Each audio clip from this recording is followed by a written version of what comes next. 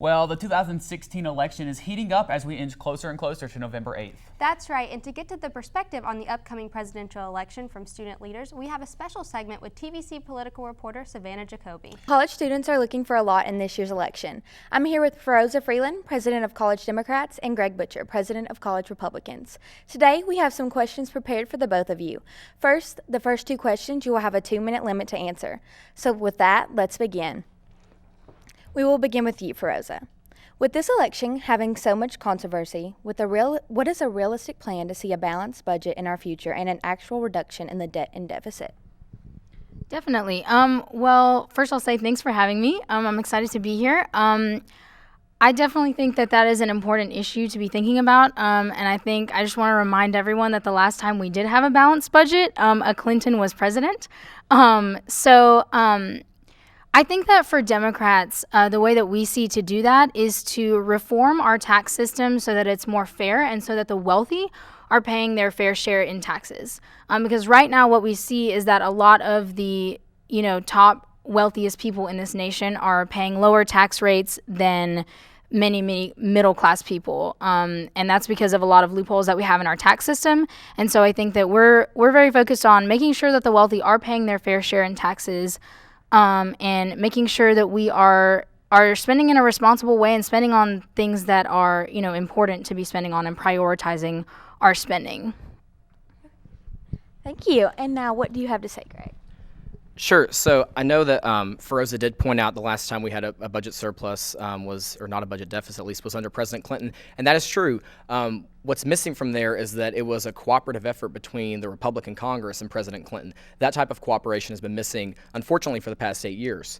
And so I think it's important as we move forward to understand that we do have to reform our tax code. The Democratic solution would be to add to the current mess that is the IRS, taxes that take you, pages or an H&R Block, counselor to do, as opposed to the Republican plan, which is taxes that you can do on your postcard. 3 simple rates, 3 flat rates for the 3 tiers of Americans' earnings in this country, which would greatly simplify the tax code, eliminate the loopholes, increase revenue. But what we have to tackle in this country if we're going to be serious about the debt and deficit is entitlements. Entitlements are no longer solvent the way they were before. Social Security isn't even going to exist if we continue at this rate for me, you, and the rest of the people watching this. And so we have to understand that if we're going to reform spending, we have to reform the way we spend entitlement money. We have to preserve it for those who need it and protect it for everybody else. Okay, thank you, Greg. Now this question will also have a 2-minute limit.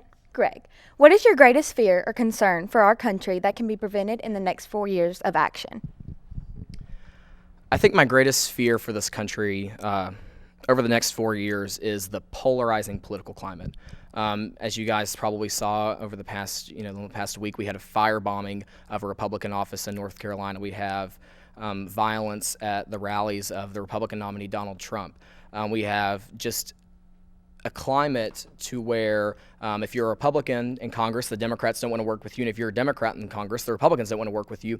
And so my greatest fear is that over the next 4 years, we'd have a president that could potentially increase that divide. And so I think it's important for us to, over the next 4 years, look at the Congress, look at our leadership, not just in the presidency, and ask people to really return to civil discourse and cooperation in this country.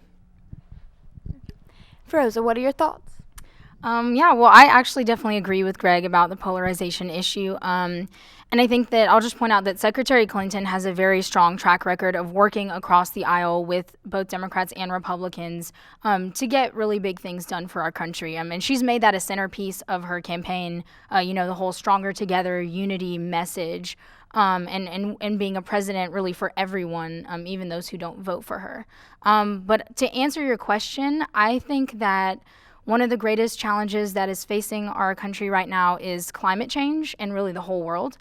And unlike the Republicans and Donald Trump, who refuse to acknowledge that climate change is even real, Democrats understand that this is a very serious issue, and we're already seeing a lot of repercussions from climate change, from the higher global warming levels and higher levels of CO2 in the atmosphere. And so Secretary Clinton has a really bold plan to put us on a path to be completely reliant on renewable energy sources. She wants us to be the clean energy superpower of the 21st century because we know that this is the direction that the world is going in. We're moving towards renewable energy sources, and we need to focus on we need to focus on that. We need to focus on cutting our emissions and making sure that we can ensure a future for our planet and for our kids. And so I think that's one of the biggest contrasts between the two tickets this year is that plan to address our environmental issues. Thank you, Feroza. Now you have 30 seconds to answer questions about current events. So, Feroza, what more should be done to stop illegal immigration?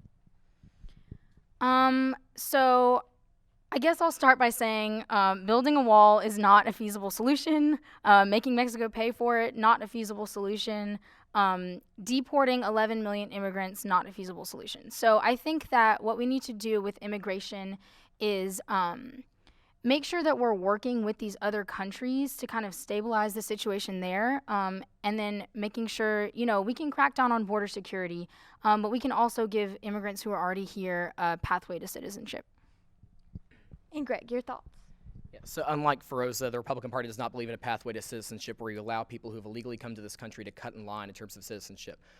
It's interesting, she says we can't build a wall. I'm not sure we need a wall either, but President Bill Clinton and Hillary Clinton both in the past have talked about the need for a border fence or a wall. So that still stands. I think it's important for us to enforce our border. I think it's important for us to look at a comprehensive solution for those that are here, if they've not been committing crimes, provide a pathway to legal status where they're paying taxes, where they are contributing to society, but we cannot offer just a blanket pathway to citizenship that allows them to cut in front of lines of people who are coming here legally. All right. Again, 30 seconds to answer. Greg, how should we prepare for the next global economic recession? I think it's important for the United States to have the strongest economy in the world, and we have seen the worst economic recovery in our nation's history under President Obama. And we have labor force participation rate at a lower point than any time since 1972. We have 1 in 6 people in poverty. We have a massive expansion of our national debt. And to prepare for their global recession, we have to make sure that we do not have $20 trillion in debt. And so that's going to require a strong economy, reforming entitlements, lowering taxes so that we can have the best possible, most competitive economy in the world. Thanks, Greg. Feroza, how do you feel about this topic? Well, I would have to disagree with Greg on this. Let's remember that President Obama has brought us back from the brink of the worst recession since the Great Depression. Actually, the debt has been reduced $1 trillion since he's been in office. We have had over 14 million private sector jobs created, the longest streak of private sector job growth on record. The unemployment rate has been cut in half. And so I think that what we're seeing is that democratic economic policies work, and I think that Secretary Clinton would work to make sure that we prevent another global recession. If I could I rebuttal that? Is that Yeah. So I want to point out, no, the debt has not been cut $1 trillion since President Obama has been in office. I'd offer to show you a debt clock that shows us passing $21 trillion right now. Additionally, if you call democratic policies that have led to 90% of the wage growth, wealth growth in this country going to the top 1% a success, I think the American people would disagree with you. With all the issues around the economy leads me to my next question. Feroza, 30 seconds. What advice would you give to the average millennial who faces the uncertainty of graduating and not finding a job? Yeah, definitely. So I definitely think that's a concern for most of us here. And I think that I would just encourage you to look at the plans that both of these presidential candidates have put forth. There's one presidential candidate who has comprehensive plans to address all of the issues that really matter to us, and one of those is student debt. I mean, we know that with so many of us graduating with really unbelievable and unmanageable levels of student debt, that's going to take a toll on our economy. And so Secretary Clinton has put forth a comprehensive plan not only to make sure that future students don't have to worry about the burden of student debt, but also to help students who currently have student debt refinance their loans and make it more manageable for them. And so I would just say, look at the plans and look at what has been proposed and who you think will really be looking out for you in the future when we graduate. Greg, what are your thoughts on not being able to find a job after graduation? So my message to millennials is to look at the two different parties and compare. The millennial generation is the generation of Uber. It's the generation of Lyft. It's the generation of the most dynamic, diverse economy we've ever seen. The Democratic Party, their philosophy would be to stifle that, to regulate these out of. I mean, you have cities right now. Austin, Texas, can't even use Uber because of their Democratic city councilmen. Look at the difference in which party is going to allow this economy to flourish and transform in the 21st century, and which one's going to hold it back. Thanks, Greg.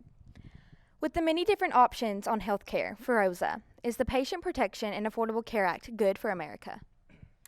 I would say yes. The Affordable Care Act is definitely a good thing for America. We have seen over 20 million people gain health insurance under this law. And currently, the uninsured rate is below 10%, which is the lowest it's ever been in our country's history. And also for us as students, because of the law, we can now stay on our parents' health insurance until we're 26 years old. With that, I will also say that we understand that the Affordable Care Act is not perfect, and we want to work to reform it and make it better, but we can't just repeal it and replace it with an unknown alternative. Thanks. Okay, and Greg. Yeah, so I'm going to give a quick few numbers to describe why the Affordable Care Act was the greatest lie ever put into existence. Number one, President Obama told you if you liked your plan, you could keep your plan. False. If you like your doctor, you can keep your doctor. False. 55% of Americans are paying more for health insurance today than when Obamacare was passed, after President Obama told us you would see an average of $2,500 reduction in your family premium. 35% increase for people in the employer-based market, 14% increase for those in the 41% in the individual market, increases in premiums, discounting the extremely high deductibles, and it's not an unknown alternative. It is a well-reasoned alternative that's been put forth by the Republican Congress that has been denied by Democratic leadership.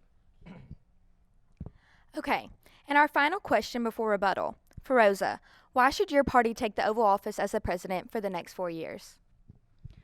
So I think that Secretary Clinton has shown that, she has the experience that we need for our country right now.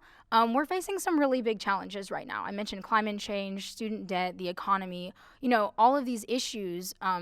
It's going to take someone who has the experience and the knowledge to really get things done, to reach across the aisle and work with Republicans and break through the gridlock that has plagued Washington for so long. And so I think that, in this election, there's really no contest. If you look at what the two parties are proposing, if you look at the rhetoric coming out of both campaigns, and if you look at the results that we've had for the past 8 years under President Obama, I would say I think there's really no contest, especially for young people moving forward, who we want to see leading our country and what kind of vision we want to have for our future. Okay, thank you, Feroza. And Greg, why would your party be the best fit? I think this is a really interesting election cycle with a lot of unknowns for young people, and I think it's a hard decision for a lot of people to make. So first off, I would just say, for the young conservatives out there who aren't supporting Donald Trump, you still have a place in our party. If you're voting for him, that's fine as well. She talks about Secretary Clinton breaking the gridlock, calling half of Donald Trump supporters deplorables, saying in a Democratic primary debate that her greatest, most proudest enemy she's made is Republicans, is not going to cut the gridlock in D.C., and neither is being the most dishonest candidate to ever aspire to the presidency. That's not going to break through the gridlock. And so I think it's important for people to really take a hard look, take a look at all the candidates, take a look at the two platforms of the parties that are aspiring to the presidency, and make a wise decision. Okay, and with that, we are going to allow a 30-second rebuttal for any of the questions previously asked from each of you. So, Greg, we're going to start with you on this one. Yeah, I think it's important, again, to note on this issue of the economy. The Obama recovery, yes, we have recovered, but yes, it has been the slowest, most anemic recovery in the history of our nation. 1 in 6 people are living in poverty right now. 1 in 6. This is not America the way we want it. Like I said before, 90% of the wealth growth in this country has gone to the top 1%. And that wasn't a Republican president. That was a Democratic president. And so we have to understand that if we are going to allow people to rise up and reach their God-given potential, it has to be in an open and flourishing economy, not one that is drowned in regulation from the Washington, D.C. Bureaucracy that's promoted by the Democratic Party. Thanks, Greg. And for you, Feroza. Okay, I'm going to try to get everything in. So I will say that it may have been a Democratic president, but it was a Republican Congress. And also, as far as, in 2015, the census report just came out the other day. 3.5 million people were lifted out of poverty, which is one of the largest reductions in the poverty level in 1 year that we've seen in our country's history. So I would say that President Obama's policies are working. Also, about Hillary Clinton on the honesty issue, she was rated the most honest candidate in the race by independent fact-checking organization PolitiFact. So I think we need to separate conspiracy theory from truth and reality. Okay, and now I want to hear a closing statement from both of you for why UT students should vote for your party. Feroza, we're going to begin with you. Okay, and I'm glad that you said your party, because I do want to stress to everyone who's watching that this isn't just a presidential election year. We have Congress, we have Senate, we have the state legislature, which makes a lot of decisions that really affect us, especially here at UT. And I would encourage everyone to vote blue all the way down the ballot. I think that Democrats are the party of inclusion. We're the party of equal opportunity for all. We love this country. We think that America is already great. We think that our diversity is what makes us strong. And we think that we can continue to improve America to make it more closely aligned with our highest ideals. And so we envision a future where everyone has equal opportunities, and where, you know, young people can thrive and really do well. So I would encourage everyone, like, go to HillaryClinton.com, check out her platform, check out her issues, and just get out and vote. Don't stay home this election. It's too important. Thank you, Feroza. Greg, what are your final thoughts? My final thoughts, one, but let me get this out of the way really quick. I think anybody watching at home who thinks that Hillary Clinton is the most honest candidate ever is laughing as well as I am. PolitiFact is owned by the Tampa Bay Times, which endorsed Hillary Clinton, so it's no shock that they've given her a nice review. The FBI didn't give her such a nice review. Secondly, here's the deal, folks. This is a crazy election, and I'm not going to say I like Donald Trump. I'm not going to pretend I like anything that's coming out of his mouth, because I really don't. But I think there's a serious division in the Republican Party. I think there's a serious division in our country. I aspire from the Republican Party of Senator Tim Scott and Paul Ryan and Jeb Bush, which is a hopeful, optimistic message that if you remove the obstacles facing people put in by our government, if you allow people to pursue whatever their version of the American dream is, not whatever version is told to you by the bureaucracy of our overwhelming, inefficient government, then yes, everybody can reach their God-given potential, and that's what I believe in. And so I encourage you, take a look at all the Republican candidates up and down the ballot and make the best decision, because the candidates that the Democrats have put forth, it's an agenda of backtreading and not an agenda of progress at all. Can I say one thing really fast? Really fast. I will just say that every single major newspaper in this country has endorsed Hillary Clinton. False. Ask Gary Johnson. All right. I just want to thank you both, Feroza and Greg, for being here today and for giving UT students an insight into both what all of your parties are involved in. Well, UT, I hope you have a better insight on who you are voting for this election, just in time for early voting, which opens today and lasts through November 3rd. If you are interested in hearing more from Greg and Sarah, the Haslam Business Building will be hosting a debate with representatives from both college Democrats and college Republicans Thursday night at 7 p.m. in room 203. They will be discussing issues including all the hot topics going on in the election season, and if that isn't enough to bring you out, there will also be pizza. That's all from me. I'm Savanna Jacoby. Ansley and Jake, back to you.